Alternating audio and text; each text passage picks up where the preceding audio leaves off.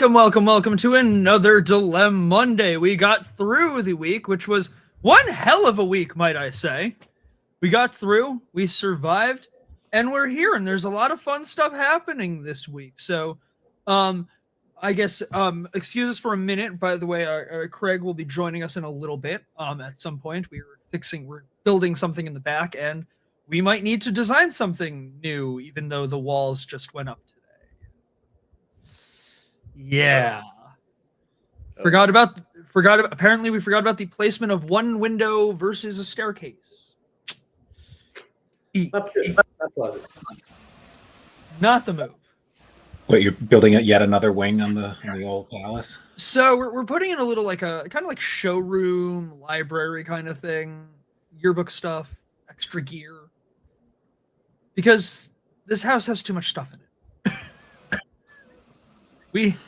There are too many nouns within this house. So many things. And people. Such a literary problem. But yeah. So James. Yeah. Tomorrow is your birthday. I know. Can't believe it. 30 years ago. Jesus I was Christ. born. And Dave, tomorrow is not your birthday. That is accurate, much less interesting, but also accurate. Hell yeah. It's just a normal day for you guys, basically. No, It's it's Tuesday. still your birthday. It's still James's birthday. No matter what, tomorrow is James's birthday. So here we are on the James birthday special. By the way, the time is 8:08. So if you're a fan of the electric drum machine, 8:08, baby. But yeah, Dave, what were you up to this week? Well, geez, I mean, James has a milestone birthday. You had a hell of a show Friday. Your dad's coming back from Alaska. I had a hangnail. I guess something happened, but I'm here. Well, at least you're still hanging. But it's not, because I cut it off. Hey, like a moil. I won that battle. Well, maybe is that Well, where a moils little are different practiced? than that, but Something that won't bleed and cry when they remove it. You know, yeah. By the way, religiously speaking, a moil is genuinely not supposed to accept actual payment. So yes. No. Yes, the moil does work on tips. Was that a pun about a true fact, or was that just No, that's unfortunately both a pun and the truth. Is that all they are uniquely defined as, or do they have other roles? You're still a rabbi too. Like you're still okay. like you're still like a normal rabbi. You just have a knack for cutting things. So get those novelty scissors and go to the parade and cut the ribbon. I was gonna say, what are the other things a moil can do? Cut lawns? I don't know. Yeah, I was gonna say like I bet you there's like some other specialties that can go into this. Maybe. Also, So religious. yeah. When we started, I thought your sweatshirt said bagels, but I see now that I was wrong. Yeah, all this moil talk and Well, it was before we brought up oils that I noticed it. But bagels are very Jewish. They do get cut at the and they're amazing. Even more Jewish about them. Yeah, they are. Yeah. So, by the way, I guess a broadcasting apology. Last week our show did not air to Facebook. I think it went live. It for some reason did not save. Oh. I don't know, and I don't know. That's not a thing. I hope that's not like changing, right? Like, are they not saving live videos on? Because I will be rather cross. Let me tell you. And part of me is thinking that might be the case, and I'm really hoping it's not, but whatever. This week I know it did make it on. I know I'm watching it currently. Yeah, I always I'm keep watching it right now too. I always keep a nice little monitor screen going.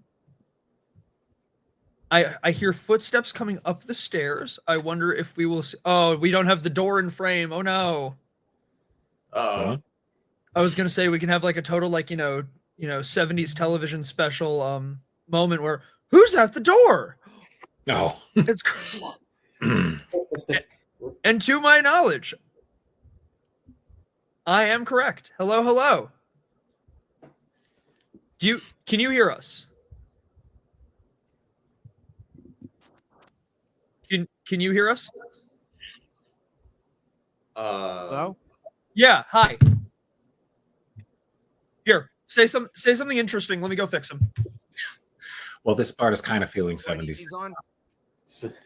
Something interesting. There you go. I guess. Can you guys hear me?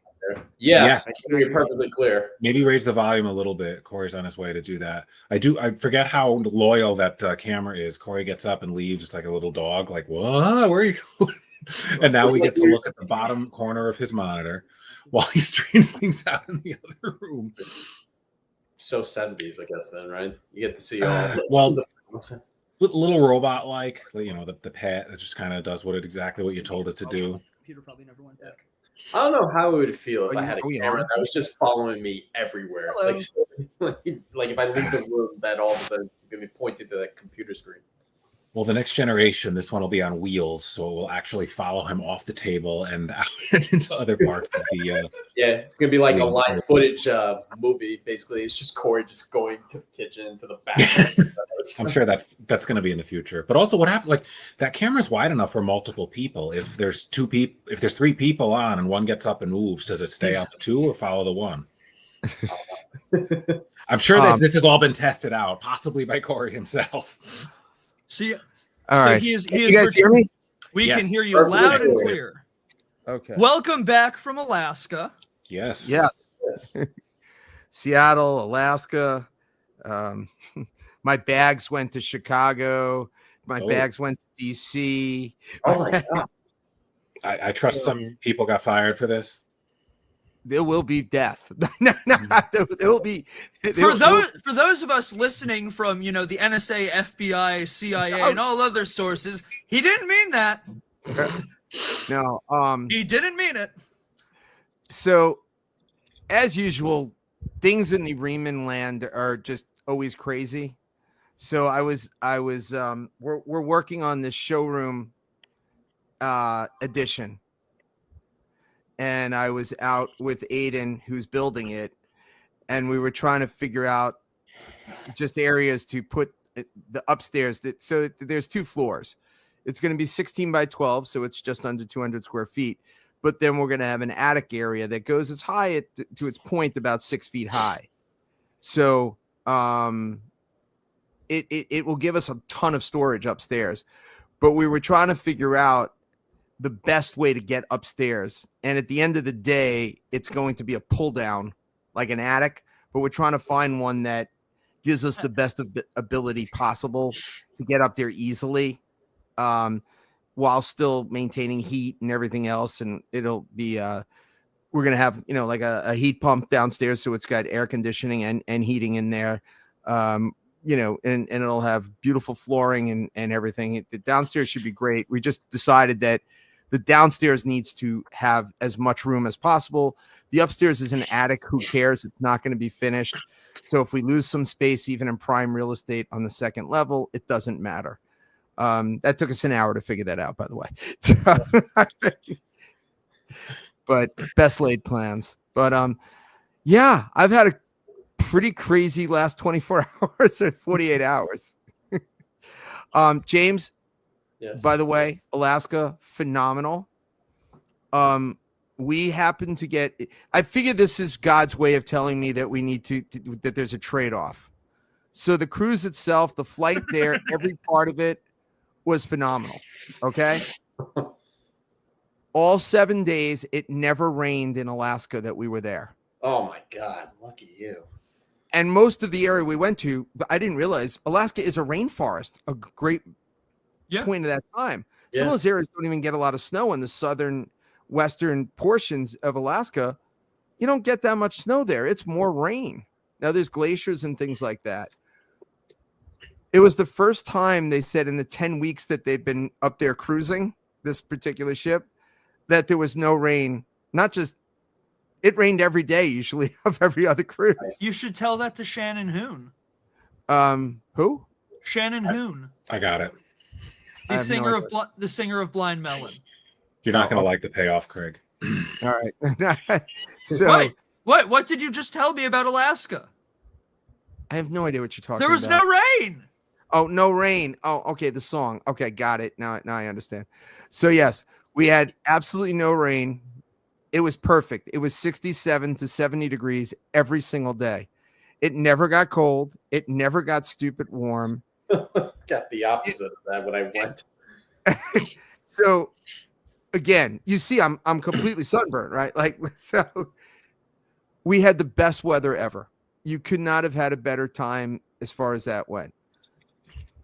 Getting on the ship, we had the upper whatever to get through the lines. We didn't have to wait on line. They just took care of us. And on the way off, we just got off whenever we felt like. It was perfect. I get to Seattle, the W Hotel. They let me check in at 9 a.m. Yeah, boy. They gave me a room. I was like, this is going well. The world is working right. We went to the Space Needle. We paid the extra money so that we didn't have to wait online. You know, like the Disney where you don't have to wait online. We went right up to the top of the Space Needle instead of waiting the 2 hours. I was like, I'm here on vacation. For an extra $50, go up to the Space Needle, spend an extra hour and a half upstairs and take all my pictures that I want to take. And then I go to the Glass Museum right after that. We hang out. We walk down the Pikes Peak, thing. We go eat dinner. And then we get to watch Corey's gig at Eisenhower Park because they live stream the whole thing. Everything's working great. Room service the next day comes on time. The cab driver hooks us up, doesn't put us to departures, goes through arrivals so we don't have to wait on any line that way too. Everything's rolling. And then American Airlines gets involved with my life and my trip. We flew in on Southwest. No problems. None. And then we go home American Airlines, who sucks. American Scare. So, first thing, delayed an hour. Then delayed the second hour. And now we no longer have a connecting flight in Chicago. So you say, simple. Can you just put us up in Chicago? Or is there another flight in Chicago? Well, there's other flights that American has, Chicago to Hartford. Sick. But they're not only booked, they're overbooked for those. Not sick. So when can we get home? Realistically, she said there's a possibility the next day, but most likely 2 to 3 days. Oh my God. I'm like, all right. As much as I like Chicago, I don't want to stay there for 2 to 3 days and waiting in the airport to have to see if I, stand by. Maybe. Right. So what other airports can we go to get to Hartford? Bottom line, none. Zero. Without a guarantee. There is no guarantee. She goes, you could stay in Seattle another day. What? But she's like, I don't know if we could get you there the next day either. I'm like, this is okay. Let's stop what we can't do. What can we do? Let's look at cities nearby. So she's like, I think I could get you to JFK. I was like, well, that sounds horrible. I was like, are you paying for the cab ride then from JFK to Avon, Connecticut? Oh, no, we don't do that. But we'll get you a hotel room when you fly in that night. I was like, that doesn't help me. I have no way to get from And JFK. especially the hotels near JFK that they would be putting you up at, I would not want to be staying in. Nah, they probably would have put us someplace, but not at the JD. See, we would not be at the JD East that they. No. So no, we would not be staying at a 3-hour or the what's my favorite Reacher. We would not be staying where Reacher stayed at the famous JD East 3-hour hotel. No. But would That they would have not put you up at the TWA hotel? That definitely not. That looks. Have we all heard of the? I would have loved to done that. Yeah, no, Okay. I know you have. Because the rest of us, have you guys heard of the TWA hotel? No, I don't think so. So TWA, It's the old, it's the old TWA terminal. terminal. So that so they when built into so yeah, they built it into a hotel, and it's pretty cool because it looks like the World's Fair. That whole, it's kind of like what Flushing Meadows over there, and the TWA thing looks just like it. So, hence, yeah, cool. But anyway, at the end of this thing, I'm like, okay, let's go to Boston. You got to find Boston. She goes, well, we can put you on Alaska Airlines. I'm like, now we're talking. okay, how do we get there? She's like, it's a direct flight. Even better. I don't have to stop anywhere. Can you get my luggage on? Absolutely, we could still get your luggage on. Lie. We take Alaskan Airways. We get in just after 12 o'clock midnight. Ask me where my bags are, because we have no idea. The good news about American Airlines, I'm not going to just rip them. They got me a hotel, and it was okay. Sheraton, 4 Points, in Revere, close to the airport, whatever. And their app does show where your bags are. And my bags were not on Alaskan. My bags were still on American, and they were flown to Chicago. Yeah, that's the TWA hotel. That's the old terminal. And I actually flew from that terminal in 1970 on my first trip to Anaheim, California, to Los Angeles. Where LAX had the other famous TWA terminal. TWA. Yeah, no, it was cool. But so we get off the plane and we go to Revere. And I get on the phone with American Airlines. I'm like, hey, what's going on? We don't know where your luggage is. What? We believe it's in Chicago, and we think we could get it to Boston by 10 o'clock in the morning. I said, well, that's not going to work out because I have to be in Hartford. My daughter is kind enough to drive from Avon to go stay at her apartment tonight, to then pick her dad and mom up, drive us back to Avon, Connecticut, so that I can get to Corey's show the next day, so I can help them at the Darien Country Club. So how are you going to get us our stuff? Don't worry, Mr. Riemann. We'll get it to Hartford. Okay, great. Alicia is prompt, wonderful child. She went all the way up there, and she had to go to Greenwich. She's in Greenwich the next 2 days, staying over at the Hyatt Regency. She has some business meetings. So she drove to Boston, came home to drive her parents, and then went to Greenwich. The best kid. Really a good kid. But we get there. I go with Corey. We get to the gig. Everything's going well, but we still don't know where our bags are. Lisa informs me that our bag got to Boston, but there's no way to get – American Airlines doesn't have any flights from Boston to Hartford. So they now have to fly our bags from Boston to Washington, D.C. to get it then from Washington, D.C. to get to Hartford. Your bags traveled more than you did. I could, if they would just give me the frequent flyer miles, I would be satisfied at this point. That should apply to bags. Right? It should apply to bags, right? I see this. Lo and behold, at 1:30 this morning, my bags arrived. They didn't knock on the door, which I guess at 1:30 is appropriate. Thank God Ring has it. I did see them. So it was on camera of them just leaving it at the door. But we do have our bags now. It was a fiasco. What a trip. We made it. So yes, that was the deal. Did you have that problem, James, coming home from Alaska? No, not at all. Can't really say about that. So, and here's some other real cool stuff. So Lisa and I go to Alaska. There's a 7.3 earthquake. Love it. Tsunami warning, right? You guys heard about that? Mm-hmm. In the morning. So this is a great thing with the captain. This captain, he's got a sense of humor and he's fun. And in the morning, he said, "So, ladies and gentlemen, just want to welcome you." They do all that welcome stuff and what's going on in the morning. He said, "So we're gonna make a little detour. There's gonna be some weather issues, but we'll still get to Victoria the next day on time by 5 o'clock. So nothing to worry about." Probably an hour and a half later, my messages start going crazy. Are you okay? Is everything all right? Because everybody knew I was in Alaska. I look on Facebook. I see 7.3 earthquake, tsunami watch.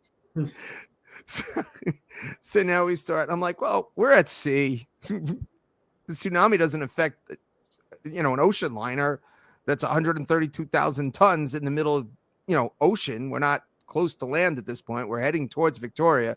So we're traveling away from the thing.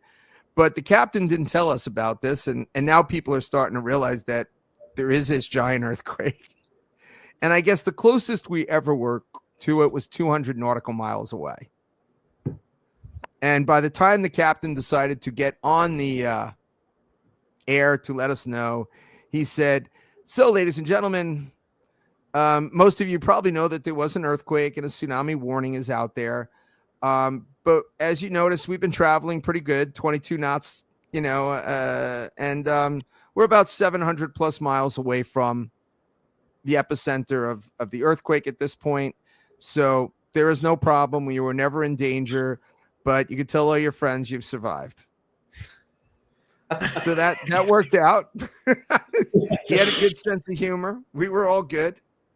So that's the first thing. So not only did I bring, an earthquake to Alaska, now American Airlines, as I said, switched us to Alaska Airways. We were on, Air Alaska, really Sunday night to Monday, or Saturday night to Sunday morning.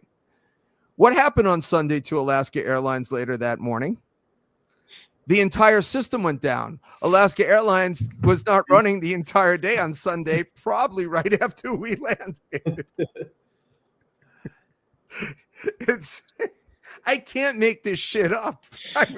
Did you accidentally curse the Inuit people as you left? Like, what did you do? Look, your mother and I went for a romantic, weekend celebrating our 60th birthdays. Just, happy birthday, James, by the way. Oh, thank you. Thank you. It's only the first title of today's episode, the James birthday special. I know, but I got on late because I was. This is true. I've been busy today. Where'd you guys go in Alaska? So we went to Juneau. What's it? Skagway. Yeah, Skagway. And then what? Yeah, what's the totem pole place? Ketchikan. Ketchikan. Yes, good job, Dave. Ketchikan. This is why going to trivia with you is the best. That's what. Yeah, you got to go. Playing trivia with Dave on your team, you're not going to lose. And we should do that again soon. Music. If you have Corey and Dave and someone old, actually, I was going to say the four of us would be a force to be reckoned with. I would take your mother over me personally, but I guess I'm useful in sports too. But we'll plan that separately. Oh yes, of course. And then there's that. Questions about Nazareth. Yeah, that cross was tough. Nailed it. Yes. But yeah, so the ports. What were the ports that you went to, James? We also went to Juneau, Skagway, Ketchikan, and we ended in Victoria. So we went on the exact same cruise. That's probably standard. That sounds very similar to the one I did a long time ago. That's similar. So, what's the one that I can't pronounce? Skagway. Oh, Ketchikan. Ketchikan. So I was like, it's a cool place, I guess. The totem pole thing, and the salmon were running pretty wild. You're watching them just jump out of the air, and stuff. But it's basically a Caribbean island in Alaska. You have 400 jewelry stores. Every place you go is a curio shop.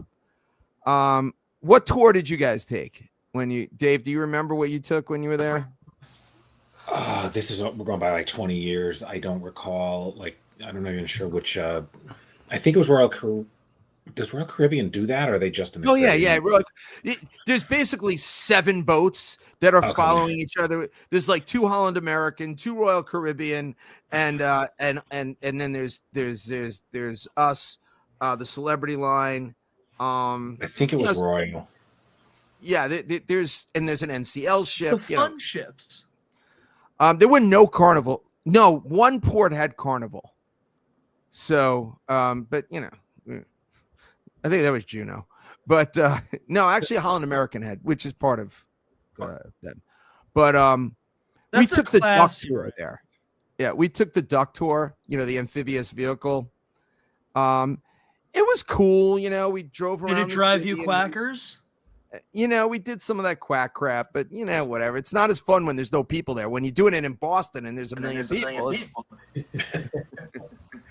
But we went to then you go in the water, and you see a bunch of bald eagles, which is fun. It's cool. I was gonna say I think most other people would be like that. There are people who would probably be like, it was the most incredible thing I ever saw. Bald eagles. But, yeah, and there was some seals. Big deal. It was. I could have skipped that. I would have rather spent more time in Skagway and Juneau.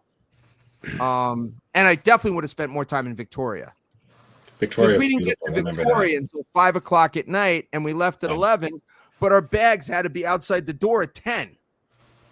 So really, we only had like 4 or 5 hours, and I would have liked to have spent a full day or two even at Victoria. Yeah, that's nice.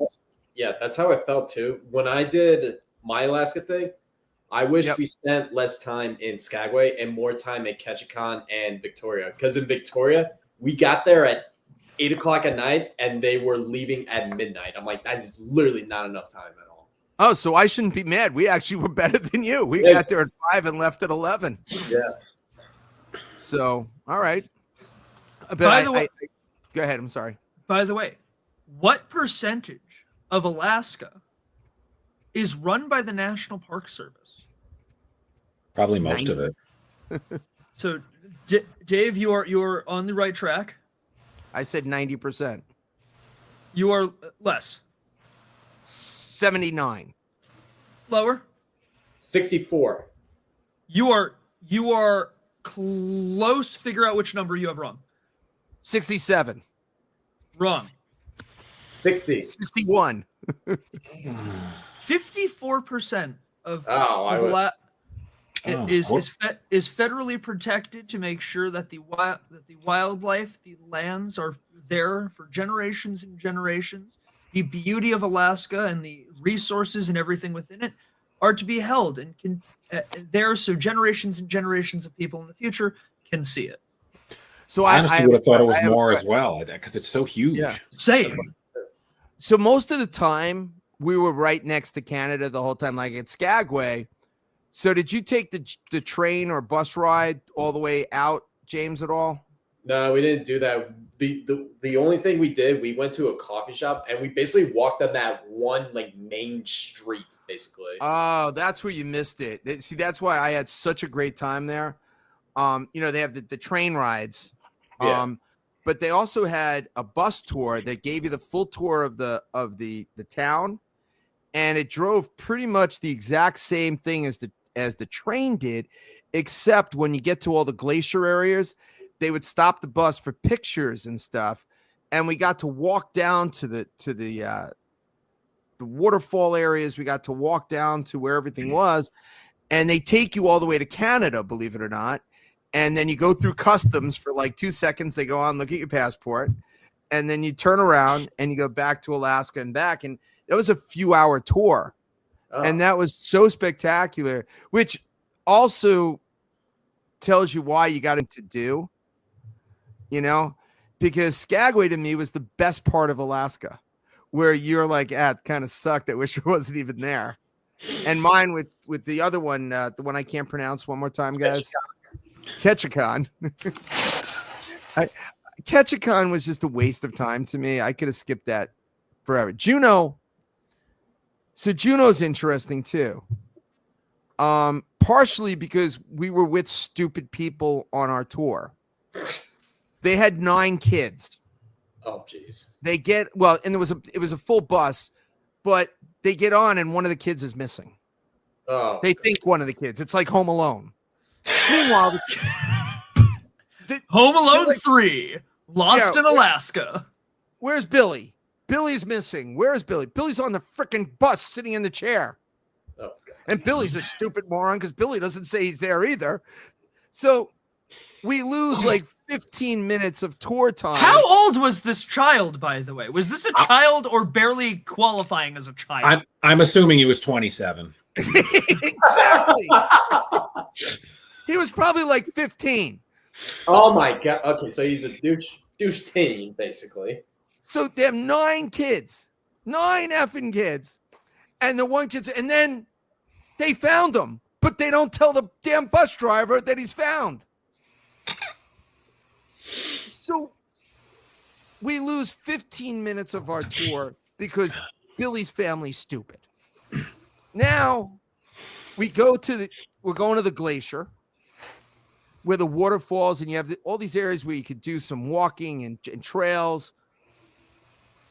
Also, there's 7 cruise ships in at the exact same time in Juneau. Oh my God. Oh my God. So we're talking 15,000 extra people in Juneau.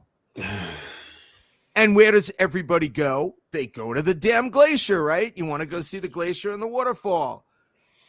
So there's tour buses. Who thought that the Long Island Expressway would be in Juneau? It's just a freaking line of buses that Billy made me lose 15 minutes for. Now we wait 20 minutes to get to the point where she's allowed, instead of just saying, hey guys, why don't you just walk a few extra 100 feet?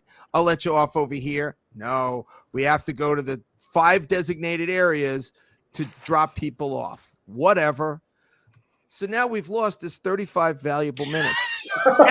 Absolutely to Billy and whole family. And his whole family. F Billy. So anyway, then the bus driver, who's really not a very good tour guide, she's like, well, you guys can probably do this. Well, if you're really fast, you could make it to the, no, actually time-wise, we have to leave at this particular time. So really, you guys can't go to the glacier, and you really can't go to the waterfall. But the photo op area is the best place you could probably go, and maybe you could catch 2 minutes in the visitor center because you only have 45 minutes here now instead of the hour and a half that I should have had. Big time, all this going on. Now, that could have been a heartbreaking situation, because that's one of those tours that I feel like is one of those things you base your whole fucking vacation around. Yeah, and the glacier is there, right? Yeah, I would, and this was when I sue Billy in small claims court for $5,000. Yeah, fuck you, Billy. No, but in all seriousness, so you go to the photo part, and yeah, look, you could zoom in, you could see everything. I saw the waterfall. I walked down to the water. I got lucky. Lisa and I jumped onto the elevator to go to the top of the damn visitor center. We walked down, so I didn't have to wait on that line. We got it done, but I would have loved to have walked all the way down to the waterfall, the actual waterfall, instead of looking at it through my phone, Zoom. And I would have loved to have gone down by the glacier. I could have spent 2 or 3 hours just walking there. That would have been great. And the weather was 70 degrees, so it was beautiful, But Billy and my tour guide are morons and suck. And so does having 7 cruise ships at the exact same time. So, did you go to the glacier, James?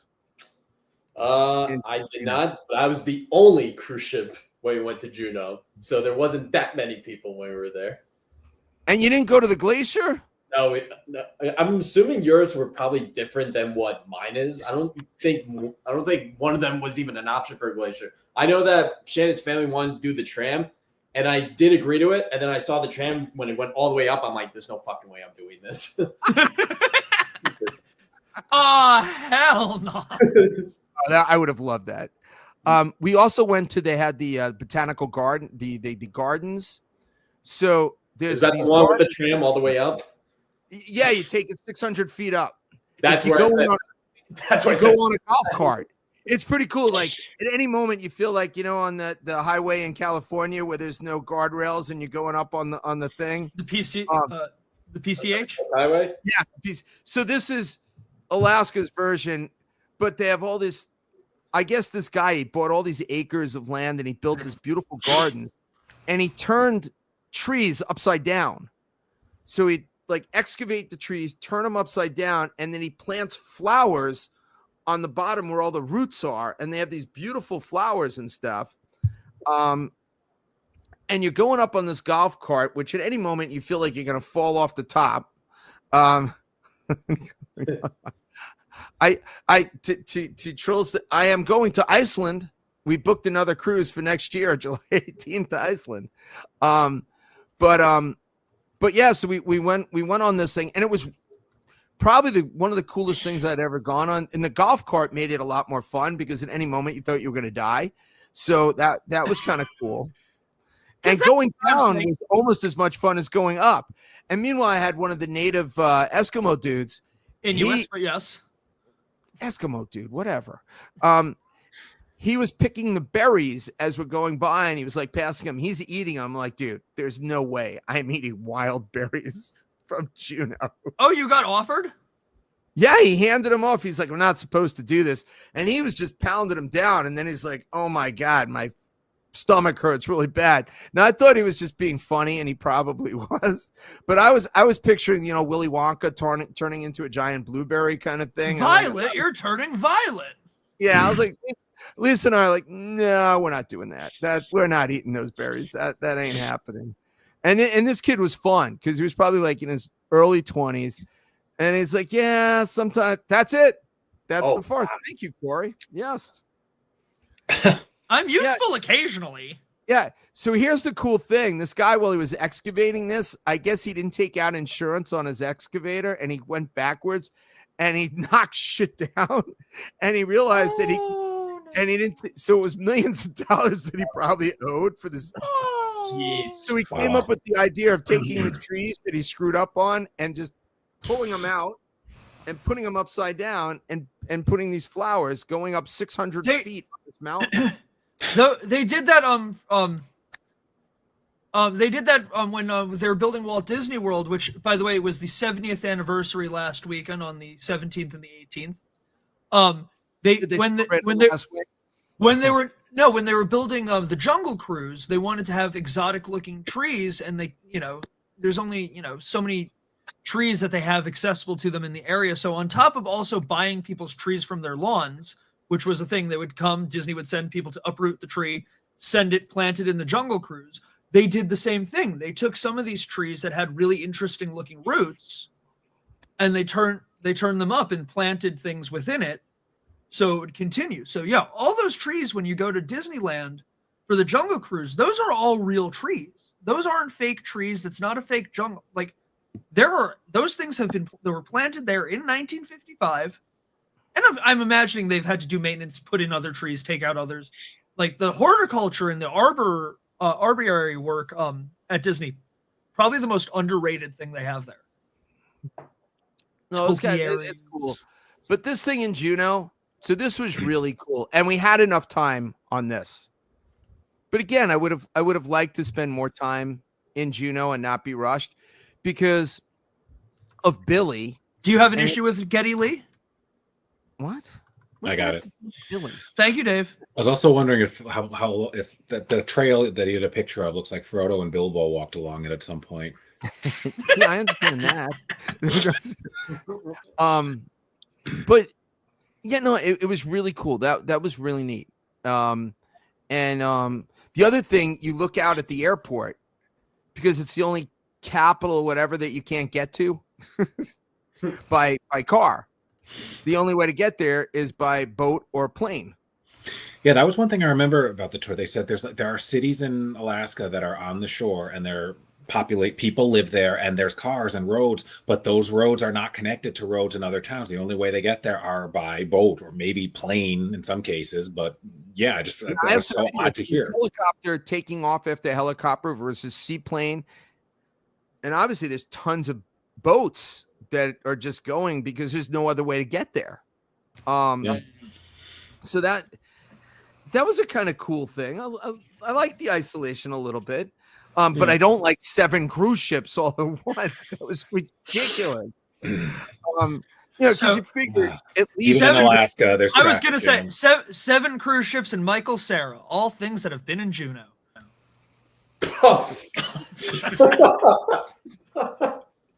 Anyway. Oh God. We're not talking juvie. We're talking Juneau. Anyway. But yeah, so Juneau, I would have liked some more time. Again, that was another one because I didn't get to really go in the town and do any shopping because this tour took up too much time. And again, I'm a little neurotic as far as I do not want to miss the boat. I do not want to be that guy who waits till the last second, especially there, because you can't just jump in a car. Isolated. You're isolated. You're gone. It's like You're the Talking Heads, Road to Nowhere. So yeah, that would have been terrible. You know, and then we had 2 full days at sea, and then the last day of the cruise, you're at sea most of the day until we got there 5 p.m. It sounds like James got there. What did you say, 9 p.m.? It's like 8 p.m. we got there. 8 p.m. Yeah, so we got there. I maybe we were lucky. We got there at 5 p.m. But we chose this bus ride that sounded cool. They were going to give you a city tour. I have never been on a worse tour in my entire life. I almost wish Corey was giving. I literally just said, "Did you miss me?" You know, as annoying as you are, and it's horrible to be with you when you're on a tour because you talk over the tour guide and tell more information than anybody can possibly care about. Keep going, please. Yeah, no, but this guy, he didn't stop anywhere. He'd be like, and there's on the left, and you can see the beautiful castle, but you really can't see it because there's big bushes. But we're not going to pull inside because we don't have enough time. But if I could pull inside, you would see one of the 3 castles that are in Victoria. I'm like, really, dude? You're really not pulling? Like, I thought he was kidding. So I'm not going to get He never pulled over except for one stop down on one of the beach fronts, which, by the way, you can't swim in Victoria. It's 50 degrees. You're not going to go in the water there. And it's like this dirty beach that has 2 porta potties that they allow you to use. And some sculpture made out of marble that has a hole in it that they put a wolf on it. Big effing deal. What a waste of my time. It was this guy. And he's like, and this is the Beverly Hills of Victoria. I'm like, dude, I live in Avon, Connecticut. It's nicer than here. Stop. What are we talking about here? This is ridiculous. I wanted to be downtown. I thought I was going to get to see the Fairmont Hotel because that's like famous over there. They had these. They actually had like going on at this point. They had some races going on and some old cars. They had a giant old car show there. So there was hundreds of beautiful, gorgeous old cars.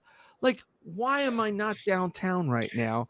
I'm with the world's worst driver who sucked. He was the worst. And he didn't stop anywhere. So I have some pictures that I took that I'm like moving in the car trying to, oh, there's the Fairmont. It says Fairmont. You know, this beautiful, the government building, which is like world famous, this gorgeous building. Dude doesn't stop. He just continues. He got the tour done 2 minutes and 1 second, 2 hours and 1 second in. Exactly what you're supposed to do. But needless to say, I did not write good things about him. I was like, this is the worst tour guide ever. And your tour sucks. Get in an hour earlier if you can. Try to avoid tsunamis. I get it. We had to go when we got there on time. So, just the worst tour guide. He probably has a side gig with American Airlines. Okay. Let's first real quick. You'd get a better fucking tour of Canada with a tragically hip record. But secondly, we need to discuss it. It's only the biggest story in the news right now. What? Coldplay. Was Craig gone? Oh, jeez. Coldplay. The world's stupidest executive? Oh my World's God. dumbest CEO? Yeah, that probably is. Oh, well, world's ex-stupidest CEO. Or stupidest ex-CEO, yes. Yeah. Where do we even start? Bad judgment. Stupid. Coldplay have a little-known song called "I Never Meant to Cause You Trouble." That would be fitting to play for that fan. And I love that. Like Chris Martin was like, "Oh, I was making a joke. Oh no. Yeah, no, it was. That's ugly. That guy's not smart. You're either shy or you're having an affair. It's like, And I Man. so wanted to see a picture of his wife because his wife is like drop dead gorgeous, better looking than the HR. It's not a bad looking one, but I bet I want a picture of his wife. Oh, there's And probably someone. why I is haven't it seen always them the HR person who has the affair with the CEO? The person who's supposed to keep everybody else from having an affair, and he gets fired and she isn't. How is that possible? She didn't get fired? No, not yet. That makes no sense. yet. Who's gonna She want said to he work with her now, was- though? She calls you into the HR office like, you have no leg to stand on. What am I doing here? Tell me what I'm doing here. I don't know. Tell me You were what standing crime on his I've third committed. leg. And it's so funny when they zoomed in and he ducks down and she turns around on the video. Had y'all just played it cool. Yeah, had you just waved and like said, "Hi, hon, having a great time at work with what's her face?" Do an OJ Simpson. Like, come on, dude. You got to acquit if it don't fit. I mean, I don't know. This guy just not good. I've never Just seen play it so cool. many memes involving this in the last 2 days that I have with this. I It's honestly terrible. think it helped. The world is in a state of chaos, but I feel like this Coldplay thing has really brought us all together. There's something we can all unite in. That this guy is just a BUM bum. Well, I think I would go with the DUMB, dumb. Yeah, that's what I'm doing. I mean, I don't. He's He's a just stupid. philanderer. Yeah, but he's a moron. This guy may never work again, honestly, because this is all he's going to be remembered as. This is just something I heard as hearsay on a post. Apparently, his daughter has already started a little blue icon account. Oh my! What do you mean? I know exactly what you're talking about. An OF. I don't know what that means. She has an Oh. OnlyFans. His She has an daughter? OnlyFans. The daughter made an OnlyFans because I don't know what an OnlyFan is. Oh, OnlyFans is a website with content creation in the realm of intimate video, Okay. where Well, one can become a very, very independent film star very quickly on their okay, own I terms. kind of heard of this thing, but I'm married to your mother 36 years. She's my one and only that I'm a fan of. How's that? And by the way, we had such a good time hanging all week. That was the other thing. It was like we had no one, just the two of us.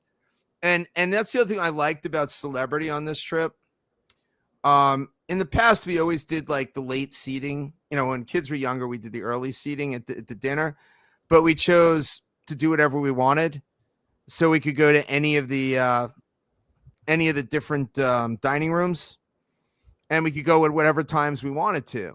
So if we felt like checking out the late show late or the theater show later, we'd go to the early dinner.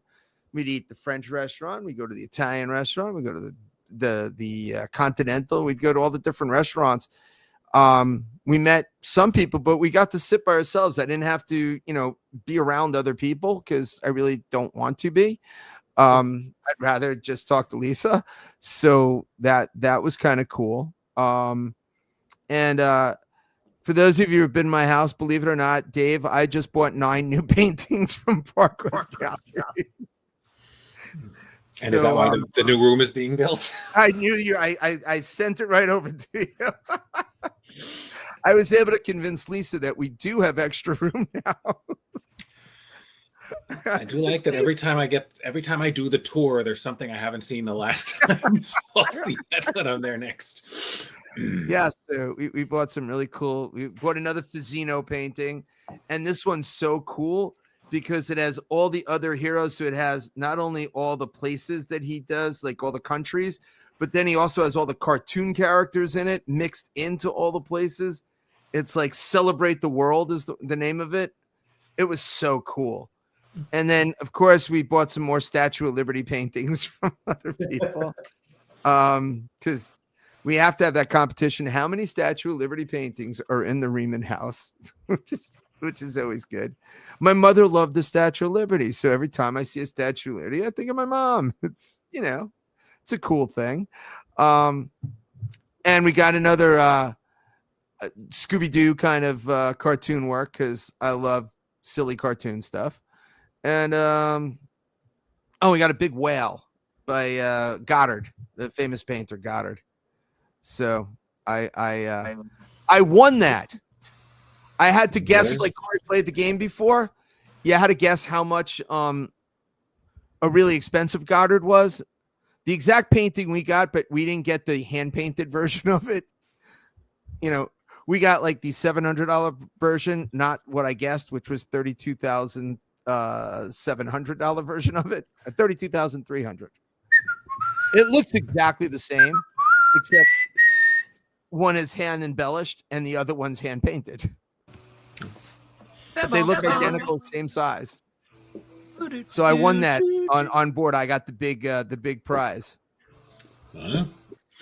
So that was cool. And Lisa and I did the every night we would participate in all the stupid games, and we did actually win each night that we went. So that was kind of cool. Like I said, it's good to have Lisa. She's smart. The only thing I was smart, I have Lisa. So I'm a good executive like that. But we did some of those things. Was that going through the speaker there? What? This? What are you talking about? There's like mellow music back there or something. That's me. I can mute it. Also, no, I think Corey's referring to something else, though. Oh no, it wasn't going through the thing. Okay.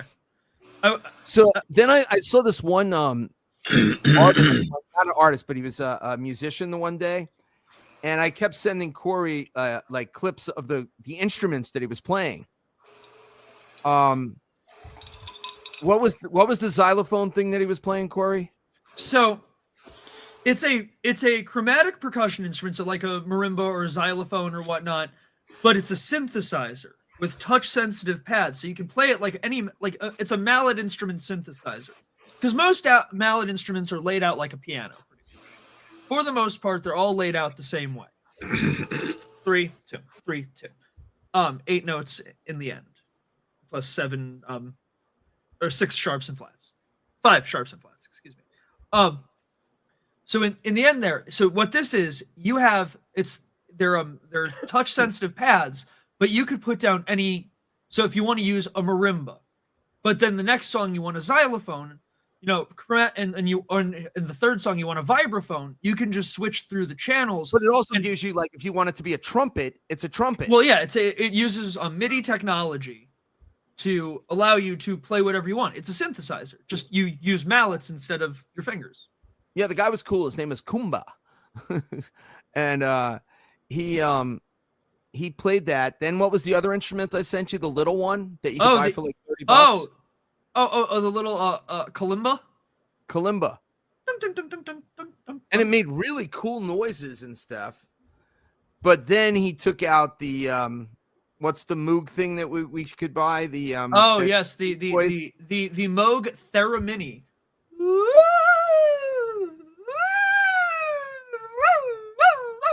If I want to have my best Jimmy Page moment. So the whole time, like, this guy's performing, I'm sitting there sending Corey like the instruments, like trying to find out. Meanwhile, this is around 1 a.m. our time that I'm getting these. I am very much in bed, but all of a sudden, and I knew he must have been watching something, because every once in a while he'll send me something cool that he just sees on Facebook, like, oh, check this out. It's a really cool instrument. But then I got 3 or 4 similar but extremely different things in a row at like 1:30 in the morning. And I'm like, what's going on here? What's wrong? What happened on this ship? Are there going to be boxes at the outside the door tomorrow morning? Oh, shut up. No. Then I sent you. There was this other one that there's only 2 in the world. It's like the size of like buildings. Oh, it's like the strings. It's like the Mickey Hart from the Grateful Dead. His beam. It's got essentially a gigantic guitar pickup on the one end, and you can you can get these really cool freaky sounds using Yeah, but it's these giant well, yeah, strings. they're use effects pedals and different things to. He didn't have it on the ship, by the way. No. That he showed on a video because there's only 2 in the world.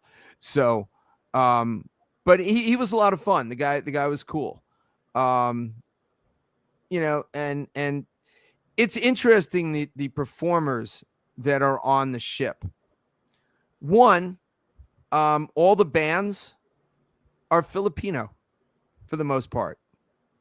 All right. Hey girl, hey.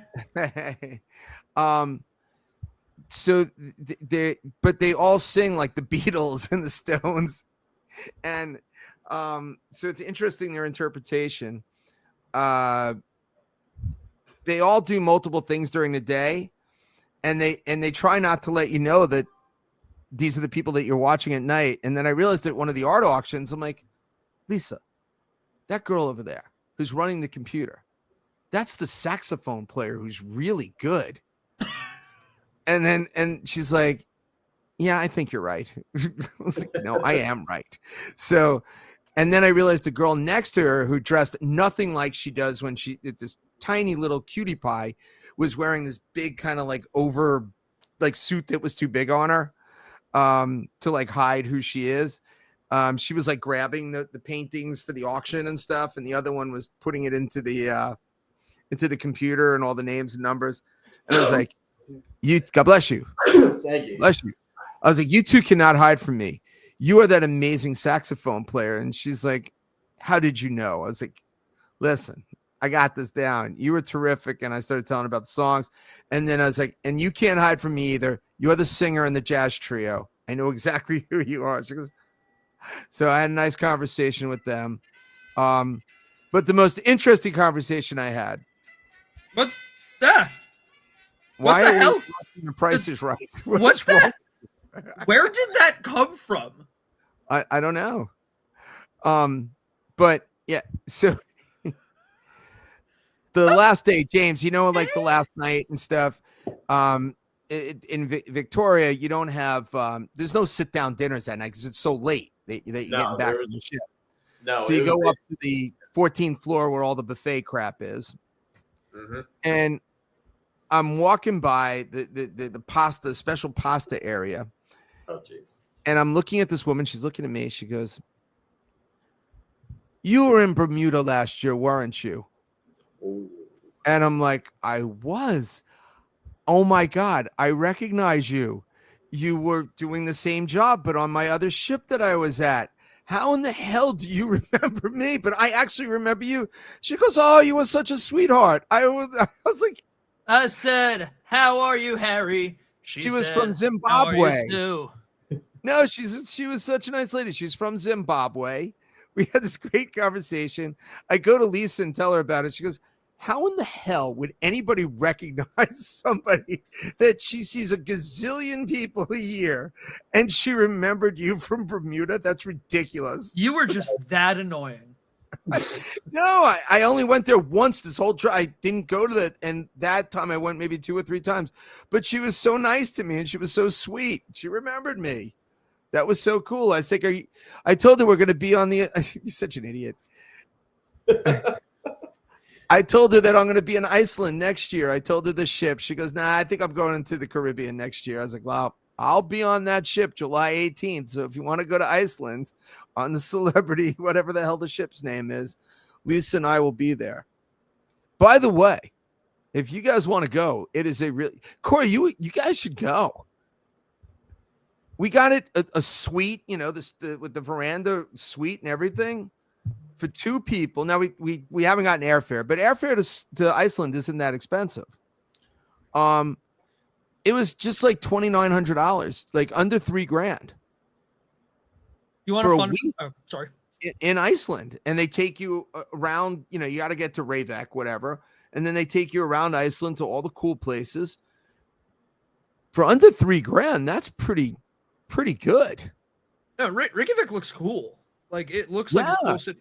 Y'all want Of to know course, a fun? I would be scared if the Remans were coming because it will have a volcanic eruption beyond anything that will have ever happened. You want to know a fun fact about Iceland, and really in particular Icelandic? It's green. Icelandic is the most pure known language on Earth. It is the most unaffected by other outside languages that we have on record. They all speak English too. Well, yeah, but Iceland, and they have very, very particular the people of Iceland, they're very particular about their language rights and making sure that English or German or these other languages that have a major pull on Earth don't influence their language. So when they need to come up with a term for like a modern thing, it's usually a phrase because they have to think of these words that they have in Icelandic. Can you say 53rd state? God.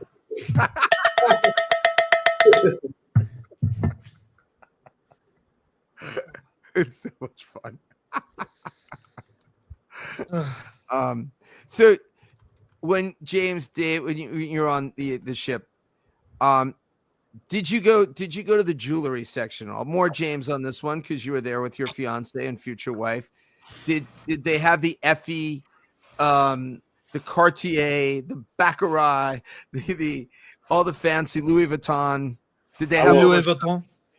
I won't lie.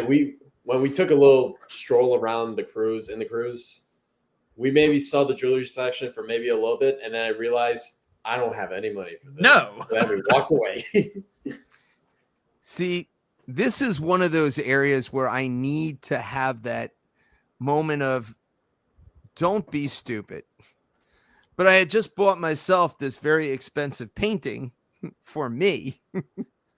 Now, realizing after 36 years of marriage, I got to counter this, right? So, I go start handling with the jeweler guy. I'm the only person there who's like going back and forth with this guy. And, I tell him, look, your price is no good. He goes, what do you mean my price is no good? I was like, I just went on the FE site. I could go to Macy's and get it for less. He's like, well, you don't have to pay. It's duty free. I was like, I don't give a crap. I'd rather buy it at Macy's than you. You got to come up big here. We got to come down in price here. He goes, why don't you give me a number? So I took about $1,500 off the number that he had. And I came back 2 days later. So do you got my number? And he looked and he went back to the manager because he thought I was full of crap. He doesn't realize that when I make an offer, it's a real offer. Like, I'm not kidding. About 25 minutes later, I got my thing. It started out, and they're all full of shit too, by the way, on the ship. Wow, this retails at $7,800. But for you, because I love you, you guys are the best couple ever. So wonderful. $5,200. I was like, well, for $5,200, it ain't going to be me. It's going to have that. So we got to come down. Well, let me see what I can do. And they come back. Best deal of the cruise, $3,800. I was like, I don't know who we think we're talking to, but that ain't coming down at $3,800. I was like, see this? I just pulled it up at Macy's. Less. Same piece. It's Effie. I know You were doing your own personal miracle on yeah, my own miracle on 34th Street. Exactly. I was like Santa Claus. Gimbals has a better price than Macy's. Go here. Hey, man, he came all the way down. And then I even talked him into giving me a bracelet at a lot less money for me. I was like, I can't buy Lisa something and not buy myself something. Wasn't the whole thing that you were buying my mother because you had already bought something for yourself? Well, yeah, but still. This is called an endless cycle. You need retail therapy. I bought you something cool, did I not? Here, don't say it yet. Don't say it. I will not say it. The loyal camera spins, and now we watch the ceiling. I won't lie. When I went to the jewelry section of the ship, I had to remind myself, well, I guess at that moment, I was on a teacher salary on April break where they don't pay me. So I'm like, I can't do this myself. So you bought a ring pop? I won't lie. They give away free charms, James. Do they? No, I did not. If you go every single night, they have a free charm that they give away. It's kind of like a Pandora gig. They give you the bracelet, and then every night, if you show up, you can get a free charm. No, I never did that. Actually. No, but yeah, the gift you got, no, is true. Like one of the most beautiful necklaces I've ever seen in my life. I also bought him that from the duck tour. No, yes, the duck bill. Oh. No, but genuinely, Cool. the genuine. This is made out of mammoth tusk. Huh?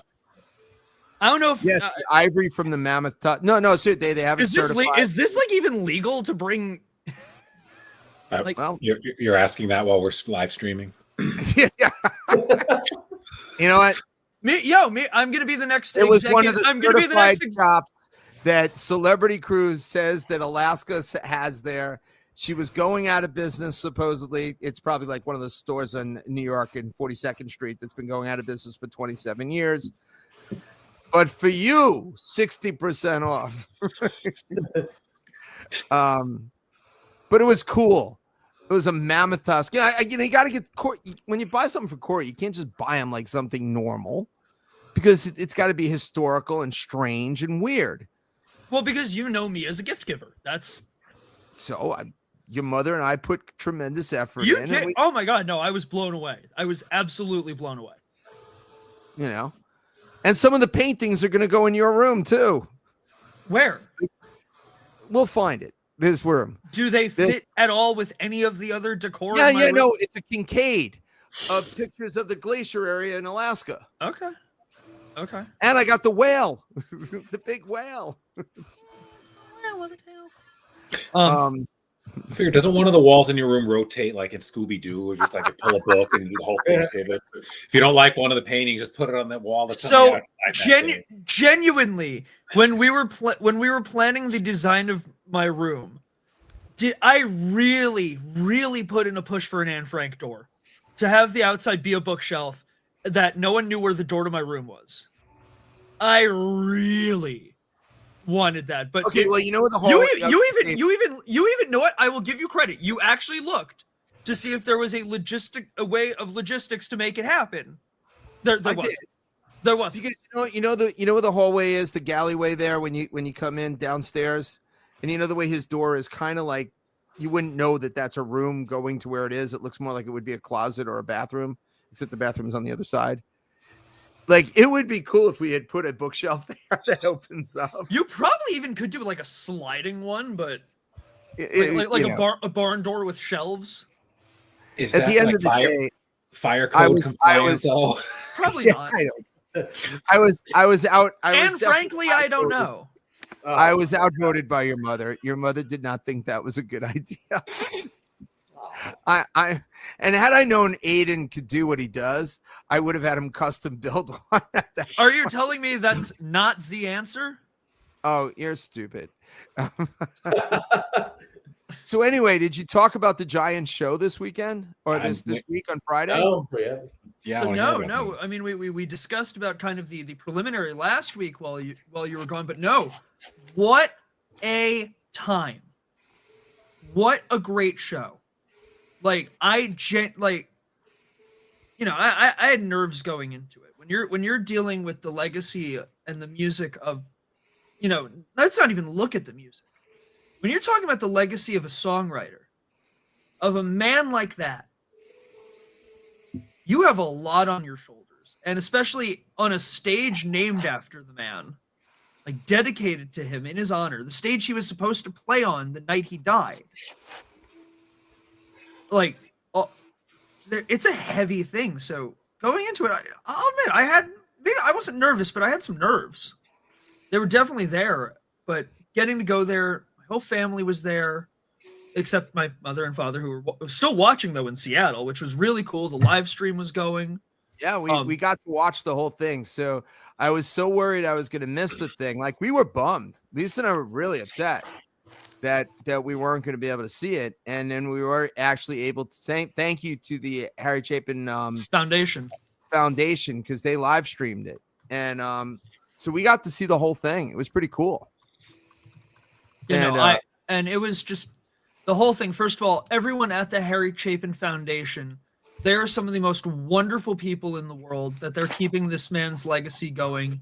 Mark, Mike, those guys really, really know what they're doing. And the fact that they keep these shows and this man's legacy alive, I'm stunned. And by the way, if you want to find out more, not that this really helps like this, never mind. Let me that's not what I meant to do. I meant to do this. What are you doing? If you are I interested, I was saying if you are interested in going to the Harry Chapin Foundation, checking out what they've got going on, the link is there. I don't know if it was able to fit fully, but I have the link there in the chat. And the main thing, they can go to the live stream from there too. Right? I don't know if it's on their YouTube page. I think I have that in it's the first I have the link for that in the first comment.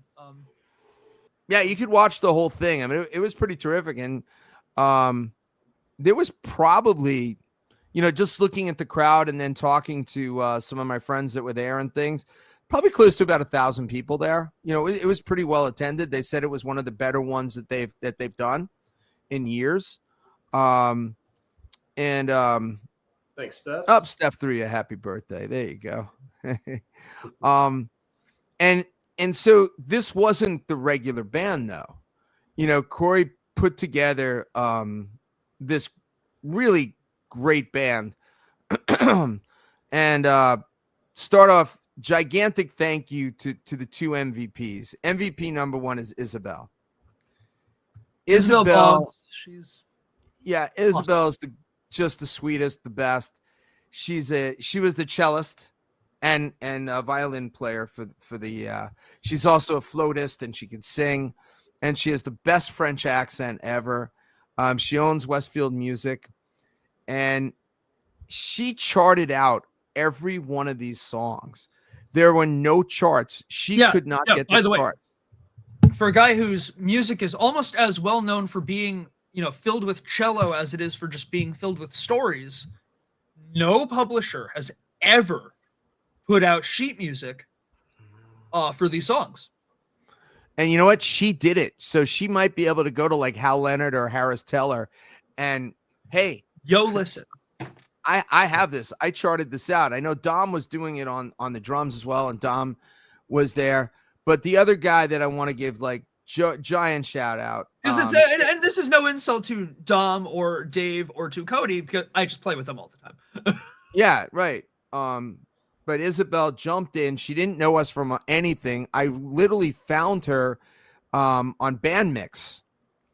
I was looking for cello players. We had interviewed this one girl who, to be honest, I didn't like her at all. Didn't like her attitude. Yeah, she had a really bad attitude. And I'm like, okay, then you don't get to play. Good. You don't dictate. This is my world. You're just in it. Not happening, sweetheart. But Isabel was such a sweetheart and took this by the bull by the horns, and she was the best. But then the other person who really solidified everything was Danny Ryler. Danny, for those who don't understand how great a musician Danny is, and I'm not going to brag for him because he doesn't like people to hear all his accomplishments and everything, but Danny just knew exactly what to do. He took really the band leader. I mean, Corey, I got to say this. And this was from Brother Dave, by the way, who I didn't tell you earlier. Brother Dave said that was some of the best playing I've ever seen Corey play. He said, Corey, your acoustic playing, you nailed it, dude. You really showed that you practiced. And working with Isabel, he said, it was the best I've ever played with you on. And I played a lot of shows. And Brother Dave was so complimentary to the job that you did. And for those of you who know Dave will also tell you when you did not do a good job. So I really do appreciate him for listening to Danny's guitar all night. He did. No, but he listened to you as well. He said you had a very hard part playing that rhythm part, and that Danny, really jumped in on some of the other stuff and filled everything that was needed. He basically did what Jack usually does, but singing was great. Cody jumps in, plays the bass, and Cody's not a bass player by True nature, virtue. but Yeah, Cody jumped in, did a great job, and God, does Cody Bondra have a great singing voice? Cody's voice is just so spectacular. And then he hit, what was the song with the high notes? Okay, so I was being a little funny with Cody, but only because I knew he could. There's I gave him one song by Steve Chapin to sing called Saturday Morning, beautiful song. But then also in the song Taxi, there's the part that baby's crying, yeah, she's flying, let you down. The big falsetto part. I'll tell you why baby's crying. And it's just funny because for those who know Cody is this very large, attractive, 6'6", Viking-esque looking gentleman. And he's singing this high falsetto on Saturday morning, and he killed it. He did such an amazing job. Cody rocked it. And the songs that he sang were terrific. Danny Ryler also singing some in the background and then singing. What song was it that Danny did? He's he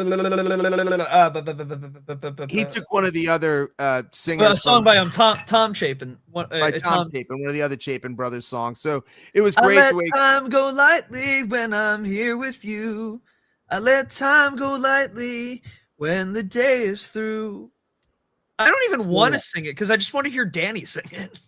No, Danny did great. And, Danny was from the era. Danny was playing. From the area. From the area. And, again, I'm not going to say it public because Dan doesn't like to brag, but he was on gigantic national tours. He did played with some of the biggest people in the world. Most of the people he played with are in the Rock and Roll Hall of Fame. So that I will give you on the Danny Ryler side. He played with the best of the best. And this I will tell because I'm allowed to. He won national competitions for his guitar playing back as in like the day. A kid. As like a kid, yeah. So Danny and brother Dave just, wow, did they play great together. And you know how good both of them are? Both of them said they were good. That's how good both of them are. So yeah, no, Danny and Dave, phenomenal. Great jobs, really. And everybody just, really did a good job. And I also want to give a lot of thanks to Guy Bronya. Guy took a giant risk by going with the rock and roll band and going with Corey Riemann. And he pushed real hard to help out. And Dave Black, thank you for reaching out to Guy. Robin, thank you for also reaching out with Dave on that. And the people that showed up, all Corey's aunts showed and uncles showed, and tons of people from Wantagh. Thank you guys for coming to see the band as well. Thank you to Alicia and Kyle, who also absolutely giant shout out to my sister and her boyfriend Kyle. They've been such a help the last couple of weeks of just getting things together. We needed some hands, and they've been more than willing to come down, and they do it with a smile on their face, and I really, really, really appreciate that. There was no one to yell at Corey, so Alicia came in and said, "We will pack this car this way, and we will make it fit, damn it." It was great. You could definitely tell whose daughter that was at that moment. No. Oh. Yes. Alicia took charge. So that was phenomenal. She really did. And listen, like I said, she picked us up the other night. That was just so unbelievably nice. She's such a good kid. Because she drove from the island prior to that. She had done it was really just a phenomenal thing. She just called me. So as soon as we're done, I got to get on the phone because she's been working all day down in Greenwich. But she is staying at the castle, which is kind of cool. You guys ever stayed at the Hyatt Regency down in Greenwich? No. It looks like you could see it from 95. It's this giant castle on the side of the road. I think I attended an event there once, a long time ago. It was a huge hotel in Greenwich. It was probably the Hyatt. Yes, that's it. There's the two big ones are like the Hilton, which is on the other side of the tracks. It's on the other side. And that's Stanford. But in Greenwich, the Hyatt is the big giant hotel, and it looks like a marvelous castle. And they just renovated it, so it's really, really nice. I knew one secret about it years ago. You know, I did all those schools down there when I was doing the class rings down there. So if I was doing Greenwich, Stanford, Darien, you know, New Canaan, Weston, Wilton, all those schools were all my schools. I realized that the only 4-star hotel there was the Hyatt Regency in Greenwich. So on Priceline.com, I knew if I came in very close to the day I was going to be there and I bid $99, I would get the $400 a night room or $500 a night room for $99. I pulled that all the time. And I knew if they didn't accept that, the 3.5-star hotel was either going to be the Hilton or the Marriott downtown Stanford. But they suck because they charge you for parking. So you get another hit. I hate that. Ugh. Boston hotels so suck for that. Yep. They're the worst. Just thinking that. Right? That's why you got to almost stay in Walmouth or Woburn. Because they and you have to even look there too, because some of those hotels which have no reason for charging for like the Embassy Suites in Waltham, they charge for parking there. I'm like, dude, you're next to Costco and the hospital. Are you kidding me? And Jimmy John's. I mean, come on. If I stay up the block at the Hilton Garden Inn or the Best Western Plus, they do not charge me for parking. And they're better hotels, by the way. Shout out to the Hilton Garden. Shout out to the Best Western Plus in Waltham. They're both really nice. If you look for a deal, those are 2 great hotels to stay at. All the smart bands and solo artists, no, those are the places to stay. It gets you right out of town, easy in, easy out, and they don't don't have to go through Boston proper. Yeah, you could go around. Yeah. So it works out, those places. Yeah. By the way, before we run out of time, I just want to put out a shout out. Yeah. We talk about sitcoms a lot on this show. We talk about great actors and great programs. And obviously, given some of the things that are connected to the sitcom, I always thought that Theo Huxtable was one of the coolest characters that was ever written into TV. The challenges that we learned from him that, you know what, a rich kid can have challenges. They can have things that you have to deal with. But you can still learn. No one's ever been you don't have to get put down because of those things. We learned good humor, how to apologize from him. Some of the best TV acting we ever got. And to see someone so young, so wonderful, lost in such a horrible way, it absolutely breaks my heart. So I just wanted to make sure that we got, before we went off the air, that there was some mention of Malcolm Jamal Warner. His memory will be a blessing. He was a cool dude, great bass player. But yeah, you were reading to me what's his name? What Questlove wrote. Oh my God, I was crying. Yeah, he was talking about what a nice individual he was, and really the Huxtable family, to show Malcolm Jamal Walker, you know, the way Theo handled things in life, and it gave him a role model, really, which was really cool, and very nicely written. Actually, wait, real quick, I'm gonna put it on. Yeah. The other thing, which, you know, I don't know if anybody realized how he passed away today. It was I read it. Yeah. He was out swimming, and in the ocean.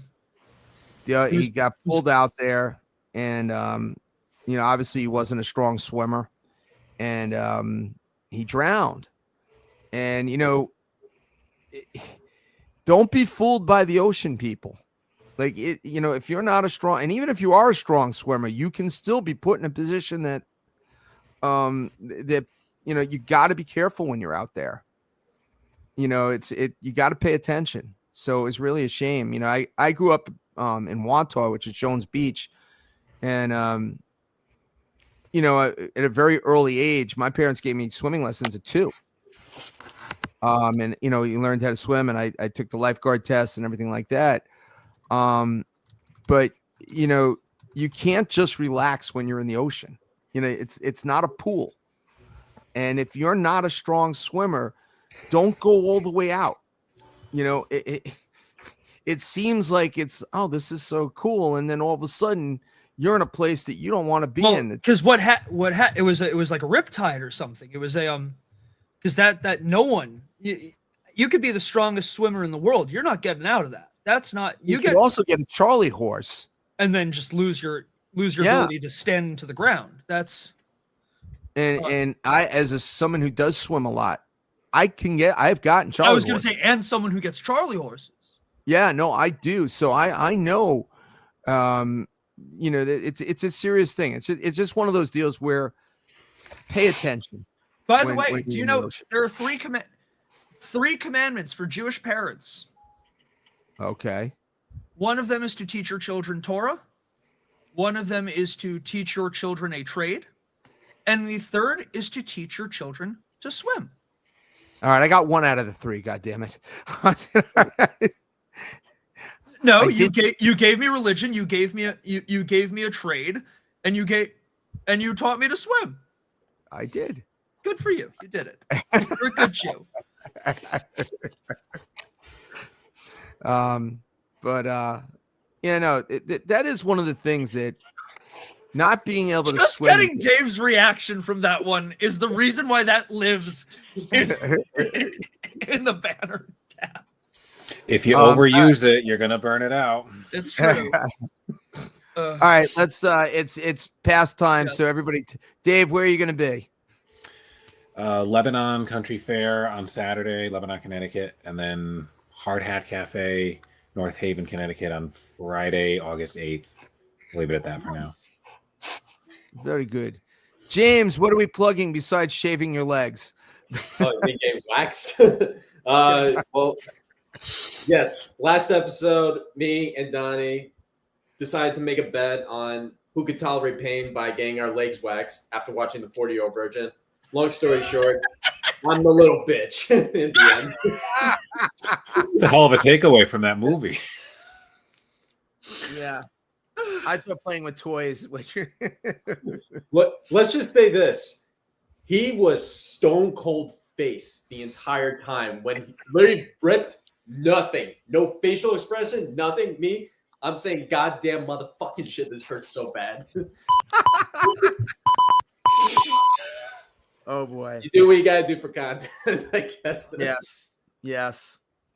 So Corey, do you have any clue where you're gonna be? Or don't you do something where you recommend something? Well, I was gonna say so obviously you can check this out. But first and foremost, I would like to say, since it is the theme of the episode, James, I'm hoping you tomorrow have the most wonderful birthday. To call you my friend is one of the great pleasures and honors of my life. I hope that this year is phenomenal with everything that you have coming up with it. And I to call you my friend is one of the great things in my life. So I really appreciate it. Thank you. And with birthdays in mind, my recommendation, my album of the week, the Beatles' White Album.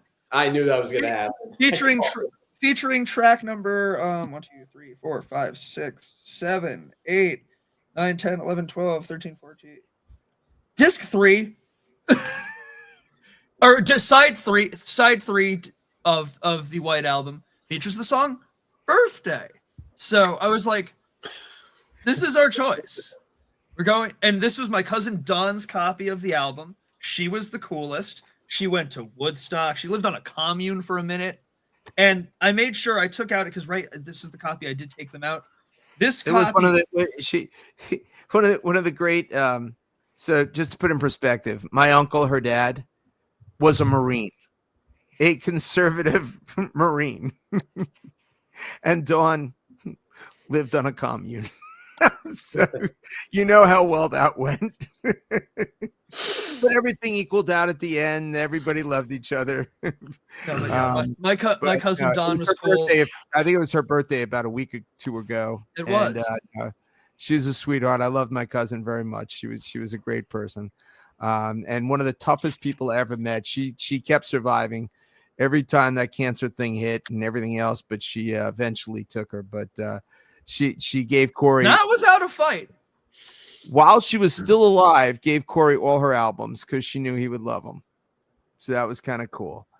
All right, I need to say where you're gonna be because like it's important. Other than the dilemmaband.com, where you can check out our full Yeah. listing of our full calendar listing, links, reviews, etc., etc., etc.